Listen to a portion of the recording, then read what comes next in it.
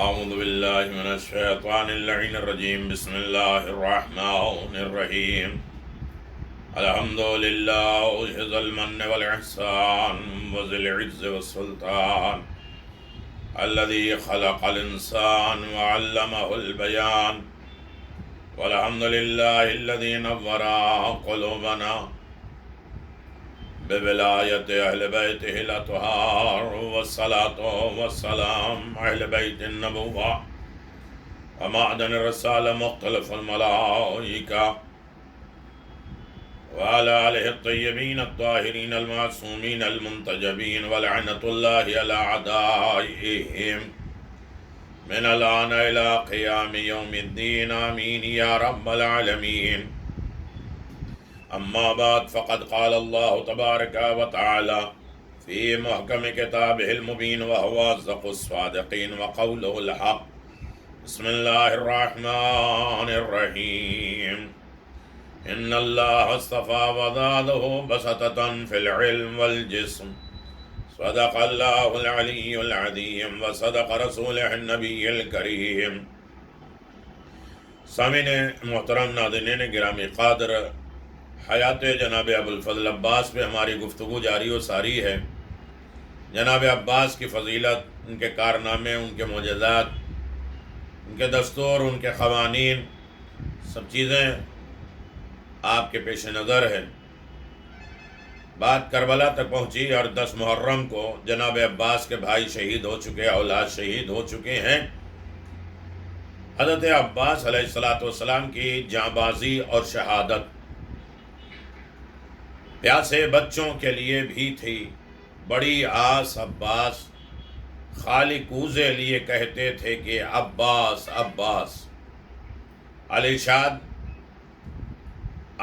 ترجمہ مواعظ البقاء میں حضرت محمد مصطفیٰ صلی اللہ علیہ وسلم کا یہ حال تھا کہ کبھی امام حسین کے خاص مقامات کو بوسہ دیا کرتے تھے اور روتے تھے، اور کبھی سرکار سید الشہداء کے سر کے مقام کو چومتے تھے اور روتے تھے. کبھی آپ کے شکم اطہر پیٹ کو برہنہ کر کے کھول کے دل کے مقام کو بہت زیادہ چومتے تھے اور روتے تھے. ان 4 اعضاء پہ خاص طور سے بوسہ دیتے تھے. بعض اوقات آپ کا چومنا کسی خاص اعضاء سے مخصوص نہیں تھا. امام مظلوم کربلا نے، جن کا بچپنا تھا، ابھی پاؤں پر کھڑے بھی نہیں ہو پائے تھے کہ حضرت امام حسین، حضرت امیر المؤمنین کو حکم دیا کہ حسین کو پکڑے رکھیں. اس وقت آپ تمام جسم کا بوسہ دے رہے تھے اور رو رہے تھے. لوگوں نے عرض کیا، آپ چومتے ہیں، روتے ہیں؟ فرمایا اقبل مواعظ السیوف، میں تلوار کے ضربات کے مقام کو چوم رہا ہوں. جہاں جہاں میرے حسین کے اوپر تلوار لگی میں اسے بوسہ دے رہا ہوں. اللہ اکبر. کتاب قمر بنی ہاشم فارسی میں ایک دن جناب ام البنین نے حضرت علی علیہ السلام کو دیکھا کہ اپنے زانوں پر عباس کو بٹھائے ہوئے ہیں اور ان کے ہاتھ اور ان کی کلائیوں کا بوسہ دے رہے ہیں اور ساتھ ہی روتے روتے جا رہے ہیں. ام البنین نے یہ نرالی حالت دیکھی اور حضرت علی سے پوچھا کہ حضور، میں نے کسی باپ کو اپنے بیٹے سے اس طرح پیار کرتے نہیں دیکھا ہے، آپ یہ کیا کر رہے ہیں اور اس کا سبب کیا ہے؟ حضرت علی نے واقع کربلا کی طرف اشارہ کرتے ہوئے قدر حالات پر روشنی ڈال دی اور کہا، ام البنین، نصرت حسین میں ان دونوں ہاتھ کاٹے جائیں گے. یہ سننا تھا کہ ام البنین چیخ مار کے روئیں اور ان کے ساتھ وہ سب لوگ رونے لگے جو گھر میں موجود تھے. پھر حضرت علی ابن ابی طالب نے کہا، اے ام البنین، تم کو معلوم ہونا چاہیے کہ عباس کے اس عمل مواسات کی وجہ سے اللہ تعالیٰ انہیں بڑا درجہ دے گا. اے ام البنین، انہیں خدا دونوں ہاتھوں کے عوض ملائکہ کے ساتھ جنت میں پرواز کے لیے اسی طرح 2 پر دے گا جس طرح جعفر طیار شہید موتا کے لیے عطا ہوئے تھے۔ دراصل یہ دونوں بزرگوں کا یہ عمل پیش گوئی اپنے بیٹے کے بارے میں سچے خواب کی تعبیر اور تعبیریں بن کر کربلا کے چٹیل میدان میں ظاہر ہو رہی ہے۔ عاشورہ کا دن ہے۔ آج امام حسین کا جسم تیروں تلواروں نیزوں کے نذر ہو گیا۔ حضرت عباس کا جسم بھی تیروں تلواروں اور نیزوں کے مہمان نوازی کر رہے ہیں۔ اب دن چڑھتے ہوئے ڈھلتے قریب ہے۔ حضرت عباس ابن علی علمدار کربلا، اصحاب حسین، اعزاء اقربا، اپنے بھائیوں بیٹوں وغیرہ ہم کی شہادت حد درجہ متاثر ہو کر کے سید الشہداء کی خدمت میں حاضر ہو رہے ہیں۔ لیجیے آپ آ گئے۔ حضرت امام حسین علیہ السلام کی بارگاہ میں دست بدست عرض کرنے لگے، یا اخی حل من رخصتی، اے میرے سید و سردار، کیا مجھے اجازت ہے کہ میں میدان میں جا کر آپ سے اور آپ کی راہ میں قربان ہو جاؤں؟ اجازت ہے۔ عزیزو، فبق الحسین بقان شدیدہ، یہ سن کر حضرت امام حسین صبر کی منزل کمال پر فائز ہونے کے باوجود رو پڑے۔ فرمایا، ہے میرے برادر جان برادر، انت صاحب اللوائی و اذا مضیت تفرق عسکری، تم میرے لشکر کے علمدار ہو، اور اگر تم ہم سے چلے گئے تو ہمارا لشکر ختم ہو جائے گا۔ حضرت عباس نے دست بستہ عرض کی، حضور یہ سب سچ ہے، لیکن کیا کروں؟ لقد ضاق صدری وسمعت من حیاتی، اب اس دنیا اور زندگانی دنیا سے دل بہت ہی تنگ ہو گیا ہے۔ آپ کے نام پر آپ کی محبت میں جان قربان کرنا چاہ رہا ہوں۔ اب تو صرف یہی دل چاہ رہا ہے کہ ان دشمنان نے اللہ اور رسول سے جوانان بنی ہاشم اور اصحاب بافوا کے خون کا بدلہ لے کر آپ پر قربان ہو جاؤں، آپ بچ جائیں۔ صاحب الناسخ تاریخ لکھتے ہیں کہ اجازت کے حصول میں حضرت عباس نے امام حسین کی بڑی تعریفیں کی، ریکویسٹ کیا۔ حضرت امام حسین علیہ السلام نے فرمایا، ہے بھائی، اگر اب تم ہم سے جدا ہی ہونا چاہتے ہو، فَطَلَبَ اللِّوَاءِ لَا الْإِطْفَالِ قَلِيلًا مِنَ الْمَاءِ، ان دل جلے رسول، ان پیاسے بچے، تڑپنے والے بچوں، رسول کی اولاد، اسلام کے بچوں کے خاطر ایک دفعہ پانی کی پھر صحیح اور کوشش کر لیجئے۔ حضرت عباس مشک و علم لے کر سمعاً و طاعتاً کہتے ہوئے دشمنان اسلام کی طرف جا نکلے اور ان سے حصول آب پانی کی طلب کی ہر ممکن کوشش کی۔ آپ نے واعظ بھی فرمایا اور انہیں ڈرایا بھی، مگر پتھر بھی جونک نہ لگے، سنگ دل نہ پسیجے۔ جب آپ واعظ و موعظہ فرما کر مایوس واپس آ رہے تھے تو حضرت امام حسین نے فرمایا، بھیا اب اتمام حجت کے لیے میرا آخری پیغام اس لشکر بے ہنگام تک پہنچا دو۔ دبت الثاقبہ، بحار الانوار، ناصف التواریخ، ابصار العین۔ حضرت عباس علیہ السلام کے ذریعے سے امام حسین کا آخری پیغام۔ امام حسین نے حسب الحکم حضرت عباس علیہ السلام پھر میدان قتال کی طرف روانہ ہوئے۔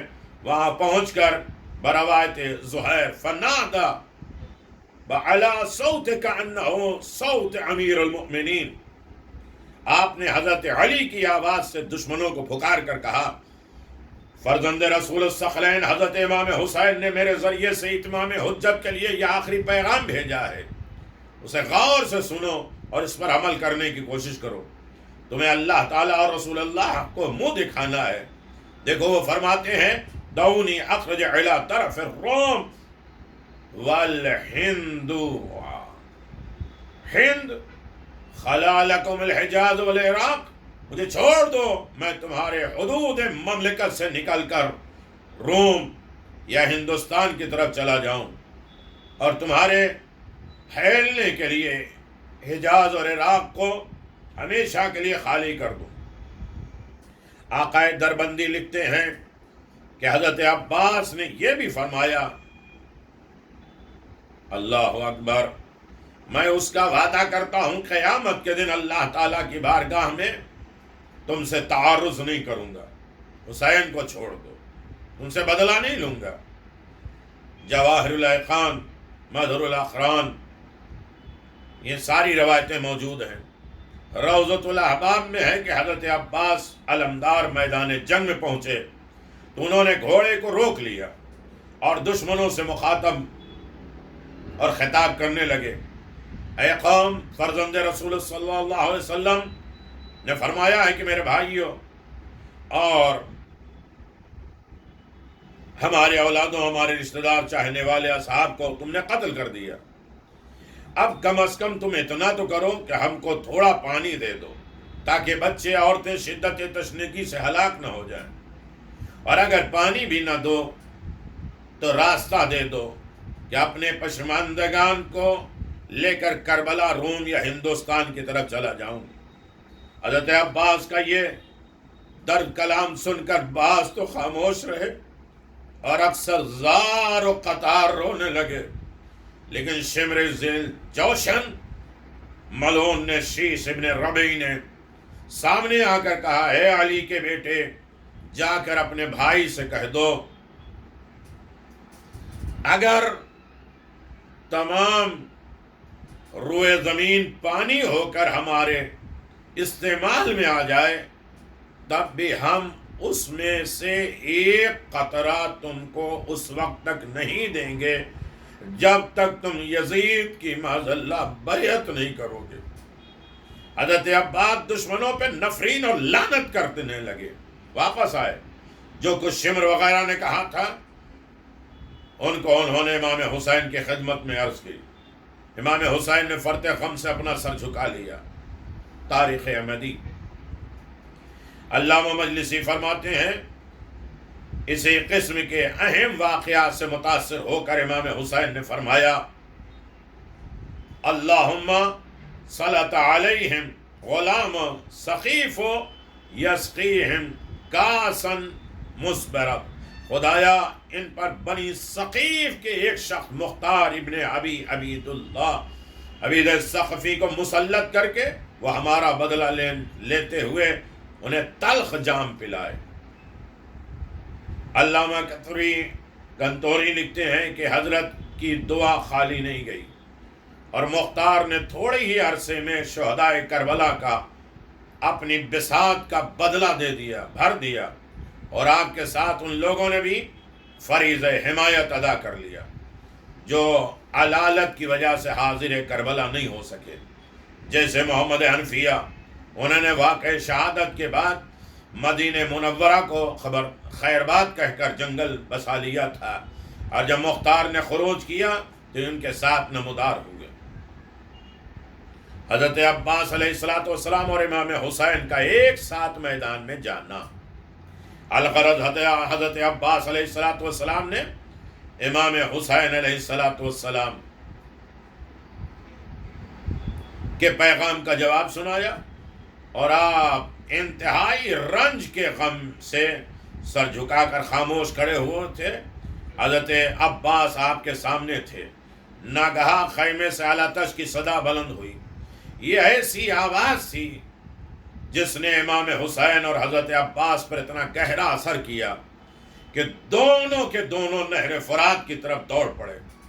مورخین لکھتے ہیں فَرَكَبَ مُسْتَعْطِرٌ يُرِيدُ الْفُرَاتَ وَبَيْنَ يَدَيْهِ إِخْوَ الْعَبَّاسِ، امام حسین علیہ السلام نے مستات یعنی ابن اس ناقہ رسول پر سوار ہو کر چلے جو آپ کے لیے آپ کے پاس موجود تھے، شرح ارشاد مفید. اور آپ کی روانگی اس طرح ہوئی کہ آپ کے جانثار برادر آپ کے آگے آگے تھے. غرض کی امام حسین علیہ السلام نہایت تیزی سے نہر فرات کی طرف چلے. فَآتَرَضَ خِيلَ ابن سعد وفیم رجلا من بنی دار. یہ دیکھ کر ابن سعد کا لشکر آپ کو روکنے کے لیے بڑھا. اس لشکر میں ایک شخص بنی دارم کا تھا جس نے پکار کر کہا، لوگو یہ دیکھتے ہو پانی اور حسین کے درمیان حائل ہو جاؤ. وَلَا تَمْكُنُوهُ مِنْ اللہ اکبر ماں، اور انہیں پانی نہ لینے جانے دو. امام حسین نے فرمایا، اللہم عظما، خدایا اسے پیاسے کا مزہ چکھا دے. یہ سن کر اس نے ایک تیر آپ کی طرف رہا کیا جو آپ کے گلے مبارک پر لگا. آپ نے اسے نکال کر پھینک دیا اور گلے کے نیچے چلو لگایا، ہاتھ لگایا، اور جب وہ خون سے بھر گیا تو خون کو بھی زمین پر پھینک دیا. اس کے بعد فرمایا، پالنے والے تو دیکھتا جا میرے ساتھ کیا کیا ہو رہا ہے. اس کے بعد آپ واپس آئے اور اب آپ کی پیاس بہت بڑھ چکی تھی. اللہ اکبر. علامہ محمد باقر قائنی خراسانی حوالے رضوۃ الصفا لکھتے ہیں کہ حضرت امام حسین جس طرف حملہ کرتے تھے عباس آپ کے آگے حملہ آور ہوتے تھے. کبریت احمر. حضرت عباس کے ماورا ابن صدیف تغلبی سے جنگ، تیر لگنے کے بعد امام حسین خیمے کو واپس تشریف لے گئے اور حضرت عباس جو پانی لانے کی ہی کے قصد سے روانہ ہوئے تھے ارادے سے آگے بڑھتے چلے گئے. دشمن اگرچہ آپ کو گھیرے ہوئے تھے لیکن آپ کی پیش قدمی نہ رکی. آپ کشتوں کے پشتے لگاتے گئے، کافی دور نکل گئے اور آگے بڑھ کر یہ رس پڑھا، ہم نسل ہاشمی وہ جلیل القدر لوگ ہیں جو چمکدار اور تیز تلواروں سے تمہارے خون بہانے کے لیے پیدا ہوئے ہیں. پھر فرمایا ہے، کمینوں، رزیلوں اور بکری چروانے والوں کی اولادو، اللہ تعالیٰ تمہیں غارت کرے. اے جد نامدار، کاش آپ ہی یہ نازل ہونے والے مصائب کا ملاحظہ فرما لیں. اے بہترین گراؤں جو مقام قاذریہ ہی ہیں، اپنی جان اور عزیز پر کھیل لیں. تلواروں کے سائے میں موت کا آنا بڑی کرامت ہے، خصوصاً ایسی صورت میں جبکہ جنت میں جانے کا یقین کامل ہو. اے مرنے والو، دنیا اور لذت دنیا پہ تعصف نہ کرنا، افسوس نہیں کرنا، کیونکہ گناہوں کا بخشا جانا یہ بہت بڑی بات ہے اور ہمارے جد شفیع محشر ہے. ان اشعار پڑھنے کے بعد لشکر مخالف آپ پر ٹوٹ پڑا. آپ نے شجاعت علوی کے جوہر دکھائے، بڑے بڑے بہادر فنا کے گھاٹ اتار دیے. مادر ابن صدیف تغلبی نے جو بہادری کا یہ رنگ دیکھا تو جھنجلا کر کہنے لگا، تمہیں کیا ہو گیا ہے اور تم لوگ کیا کر رہے ہو؟ ارے ایک بہادر سارے لشکر کو قتل کر ڈالے گا، اگر تم اس کے اوپر ایک ایک مٹھی خاک ڈالو تو یہ اس میں دب دب کر اس طرح مر جائے، مگر افسوس تمہارے کچھ بنائے ہوئے نہیں بنتی. اس کے بعد بابا دہل چیخ کر بولا، ایھا الناس، میں کہتا ہوں جس کے گلے میں بیعت یزید کا طوق ہے اور جو اس کے احاطے بیعت میں موجود ہے فوراً لشکر سے الگ ہو جائے. میں تنو تنہا اس نوجوان کے لیے کافی ہوں جس نے بڑے بڑے کارناموں اور نامور لشکر کو فنا کر دیا. جب یہ تکبرانہ اور متکبرانہ آواز شمر دل جوشن کے کانوں تک پہنچی تو اس نے فوراً کہا، اچھا تو ہی لڑ. ہم لوگ ہٹے جاتے ہیں اور چنگا سے اپنا قدم سرہائے لیتے ہوئے اور یزید کو سارے واقعے کی خبر کیے دیتے ہیں. اس کے بعد شمر نے اپنے لشکر کو حکم دیا کہ وہ لوگ فوراً الگ ہو جائیں. یہ حکم پاتے ہوئے سارے لشکر واپس بیٹھ گئے اور دور سے تماشا دیکھنے لگے. مارو ابن صدیف فیل مست کی طرح جھومتا ہوا حضرت عباس کی طرف تنو تنہا اکیلا چلا۔ اس کے بعد بدن نجس پر آئینی گرز اور سر پر فولادی خول تھا، اور ایک اسب شقر پر سوار تھا، اور اس کے ہاتھ میں ایک نہایت ہی لمبا نیزہ تھا۔ حضرت عباس نے جب یہ ملاحظہ فرمائے دیکھا کہ مارو تنو تنہا آ رہا ہے، آپ فوراً اس کی طرف بڑھے اور اس سے بالکل متصل ہو گئے، اور وہ غرور کا مارا فوراً چلا کے بولا کہ اے نوجوان، خیریت اسی میں ہے کہ تو اپنے ہاتھ سے تلوار پھینک دے اور فن سپردگی کے رموز کو ظاہر کر دے۔ وہ لوگ جو پہلے لڑنے آتے تھے وہ سب نہایت ہی سست اور تیرے اوپر رحم کرنے والے تھے، لیکن میں ایسا شخص ہوں کہ خداوند عالم نے میری اصل خلقت سے نرمی اور خدا ترسی کو نکال ڈالا ہے۔ اس کے عوض میں شقاوت، عداوت میرے اندر کوٹ کوٹ کے بھر دی گئی۔ اے نوجوان یعنی عباس، یاد رکھو میں وہ ہوں جس پر حملہ آور ہوا اور اس کو ذلیل کر چھوڑا، جس پر تلوار چلائی اس کو فنا کر ڈالا۔ اے میرے جوانی اور ملاحمت پر نظر کرنا ہو تو طبیعت میں نرمی دوڑائی جاتی ہے۔ میں نہیں چاہتا کہ تجھے تہے تیب کر ڈالوں، لہذا میں تجھ سے کہتا ہوں تو رمزگاہ کے زمین کو دم بھر میں چھوڑ دے اور یہاں سے چلا جا۔ اپنے اچھے خاصے نفس کو ضائع اور برباد نہ کر۔ دیکھ، عقل مندانہ رائے و اشارہ کافی ہے، یعنی ابھی کہہ رہا ہوں کہ چلا جا۔ اگر عقل سے کام لیا تو بچ جائے گا، ورنہ تیرا بچنا بہت ہی مشکل دشوار ہے۔ اے نوجوان، آج سے پہلے میں نے کبھی رحم استعمال نہیں کیا۔ اللہ اکبر۔ حضرت عباس علیہ السلام کے متعلق مارد کے اشعار ہیں۔ اس کے بعد مارد ابن صدیف نے یہ اشعار زام ناقص میں غرور و تکبر میں پڑھا کہ نصحت ان قبلت نصیحتی وخوفا علیک من الحسام القاتل۔ اے عباس ابن علی، میں تم کو کاٹنے والی تلواروں کی ضرب سے ڈرا کر نصیحت کرتا ہوں۔ اگر تم میری نصیحت کو قبول کرو گے تو اچھے رہو گے۔ ابتدائی زمانے سے آج تک تمہارے علاوہ کسی جوان پر میرا قلب نرم نہیں ہوا، دل نرم نہیں ہوا۔ دیکھو اس قول کو کان سے سنو۔ دیکھو میں تم کو اطاعت کی نصیحت کرتا ہوں، ماشاء اللہ، اگر طوق اطاعت گردن میں ڈال لو گے تو بڑے مزے کی زندگی بسر ہوگی۔ تو میں تم کو سخت اور ضروری وقوع غذا کا مزہ چکھاؤں گا۔ حضرت عباس نے ان اشعار کے سنتے ہی کہنا شروع کر دیا، اے دشمن خدا، جو کچھ تو نے کہا ہے میں نے گوش ظاہر سے سنا ہے، اوپر کے کان سے سنا، مگر تیری محبت بیکار، میں تیری اطاعت کر لوں یہ ناممکن ہے۔ اے ملعون، تو مجھے اپنے سے ڈراتا ہے، حالانکہ اللہ تعالیٰ سے ڈرنے والا کسی اور سے ہرگز ہرگز نہیں ڈر سکتا۔ میں علی علیہ السلام کا فرزند، حسین کا بھائی اور غلام ہوں۔ ان قدموں پر اپنی جان نثاری کو عین اطاعت اللہ رسول صلی اللہ علیہ وسلم سمجھتا ہوں، اور یقیناً ان کی اطاعت عین اللہ تعالی اور رسول اللہ صلی اللہ علیہ وسلم کی اطاعت ہے۔ پھر میں تجھ سے ڈروں؟ لا حول ولا قوت الا باللہ۔ اے ملعون، تو جانتا ہے کہ میں شجر رسالت کی ایک شاخ ہوں، جو ایسا ہو ظاہر ہے کہ اس کا خدا کی ذات پہ توکل اور بھروسہ کتنا ہوگا۔ ارے وہ شخص برائیوں سے کیسے متصف ہو سکتا ہے، مل سکتا ہے، اور اطاعت غیر میں داخل ہو سکتا ہے جو رسول اللہ کا خاص قرابت دار ہو، جبکہ میرے پدر علی ابن ابی طالب، میرے باپ علی ابن ابی طالب ہیں۔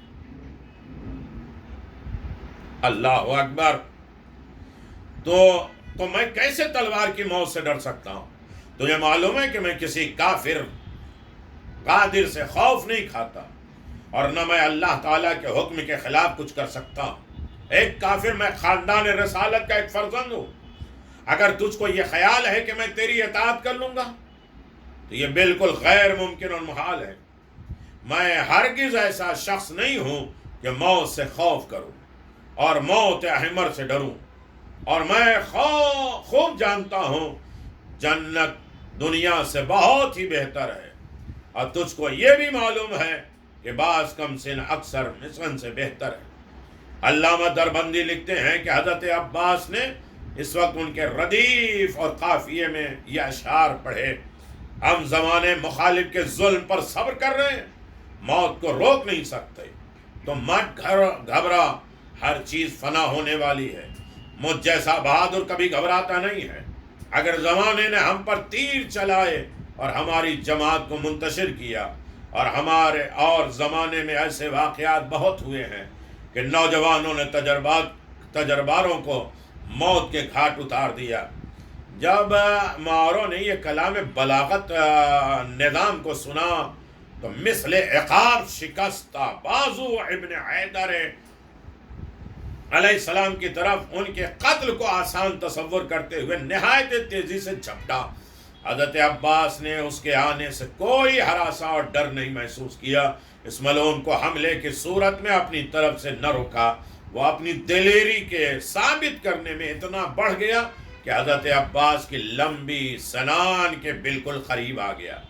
فن سپر گری کے ماہر حضرت عباس نے فوراً اپنے زوردار ہاتھ کو بڑھا کر نیزے کی آنی کو تھام کر اس زور سے جھٹکا دیا کہ قریب تھا کہ ماورو منہ کے بل گر جاتا۔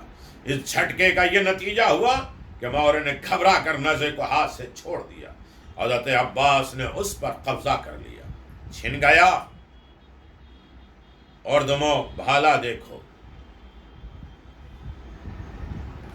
یہ ایک ایسا واقعہ تھا کہ معرض کو آب ہونا پڑا، پسینے پسینے ہو گیا، تکبر نہایت تلخ مزہ چکھا پڑنا پڑا۔ حضرت عباس نے اسی ملعون کے نیزے کو اس کی طرف بڑھا کر نہایت شدت سے حملہ کیا اور فرمایا: اے ملعون، میں چاہتا ہوں کہ تجھ کو اس نیزے سے دم بھر میں بے دم کر دوں اور موت کے جام سے سیراب کر کے ہمیشہ کے لیے میٹھی نیند سلا دوں۔ مارے خوف کے کانپنے لگا۔ حضرت عباس نے اس کے اضطراب آگہین کی کیفیت کا پتہ چلا کہ گھوڑے کے ساق پر اس کا ایک نیزہ مارا، گھوڑا فوراً الف ہو گیا اور وہ ملعون جسم اور روح کی طرف زمین پر گرا۔ چونکہ وہ ملعون نہایت ہی موٹا تھا، اس لیے وہ حضرت عباس سے پیدل جنگ آزما نہ ہو سکا، اور سچ تو یہ ہے کہ زمین پر گرتے ہی اس کا سارا بدن خوف کے مارے پھول گئے، اور وہ اس لائق نہ رہا کہ آپ سے پیدل مقابلہ کرے۔ لشکر کے کسی زبردست بہادر کی شکست پر یوں ہی ایک اضطراب پیدا ہو جاتا ہے۔ پھر جب ایسا بہادر جو اپنے آپ نذیر سمجھتا ہو، اس کی شکست میں سارا لشکر کیوں کہ اضطراب پذیر نہ ہو۔ اس کے گرنے کے نتیجے یہ ہوا کہ صفوف لشکر میں ہلچل مچ گئی۔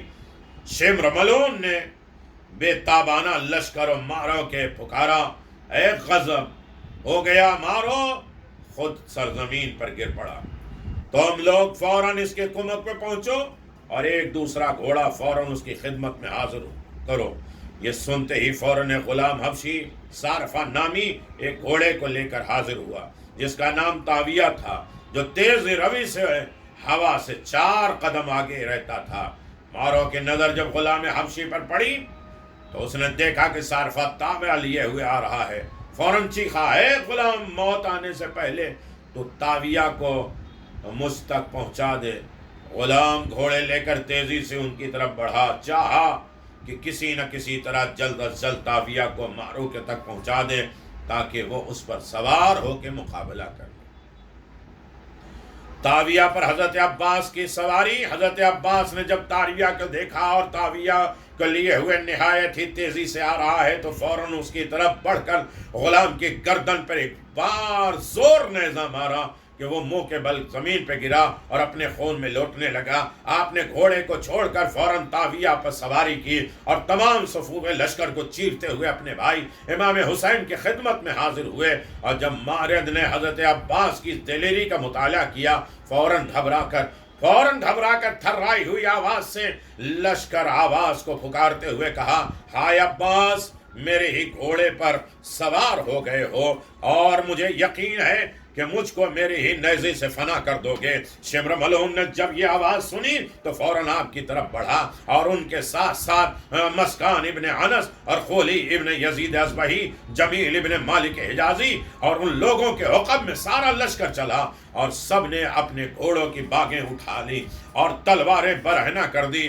حضرت عباس علیہ السلام نے جب یہ ماجرا دیکھا، اپنے بھائی حضرت امام حسین سے فرمایا، اے بھیا، ان دشمنوں نے اللہ تعالیٰ اور رسول اللہ صلی اللہ علیہ وسلم کو دیکھتے ہیں، یہ آپ پر حملہ آور ہونا چاہتے ہیں۔ ابھی حضرت عباس کا یہ کلام ختم بھی نہیں ہوا تھا کہ لشکر نہایت ہی تیزی سے امام حسین کے قریب آ گیا۔ حضرت عباس نے یہ ماجرا دیکھتے ہی فوراً معرو کی طرف جانے کا ٹھان لی، اور اس کے بعد جا کر آپ نے فوراً فرمایا کہ میں تجھے اس چیز کا مزہ کیوں نہ چکھا دوں جو تجھے جہنم کی یاد دلا دے گی۔ یہ کہہ کر آپ نے اس کے ہاتھوں پر ایک زبردست وار کیا اور اس کے دونوں ہاتھ بالکل بیکار ہو گئے۔ آپ نے اس کے دوسرے نیزے پر بھی قبضہ کر لیا۔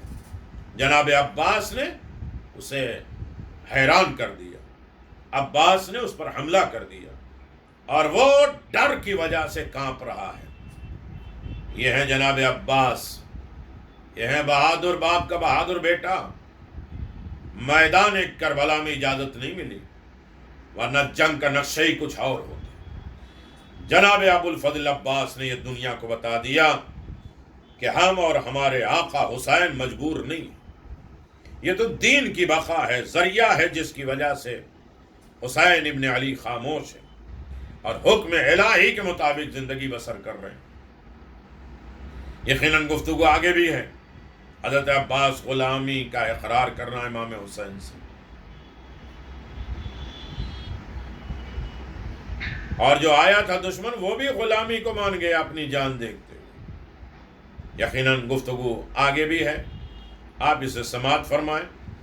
حیات جناب ابو الفضل عباس آپ کی خدمت میں جاری و ساری رہے گا، اور یہ ہماری 55 نمبر کی گفتگو ہے۔ انشاءاللہ اور بھی آپ سے گفتگو ہوتی رہے گی انشاءاللہ۔ وآخر دعوانا ان الحمدللہ رب العالمین، وصلی اللہ علی نبی الکریم وعلی آلہ الطیبین الطاہرین۔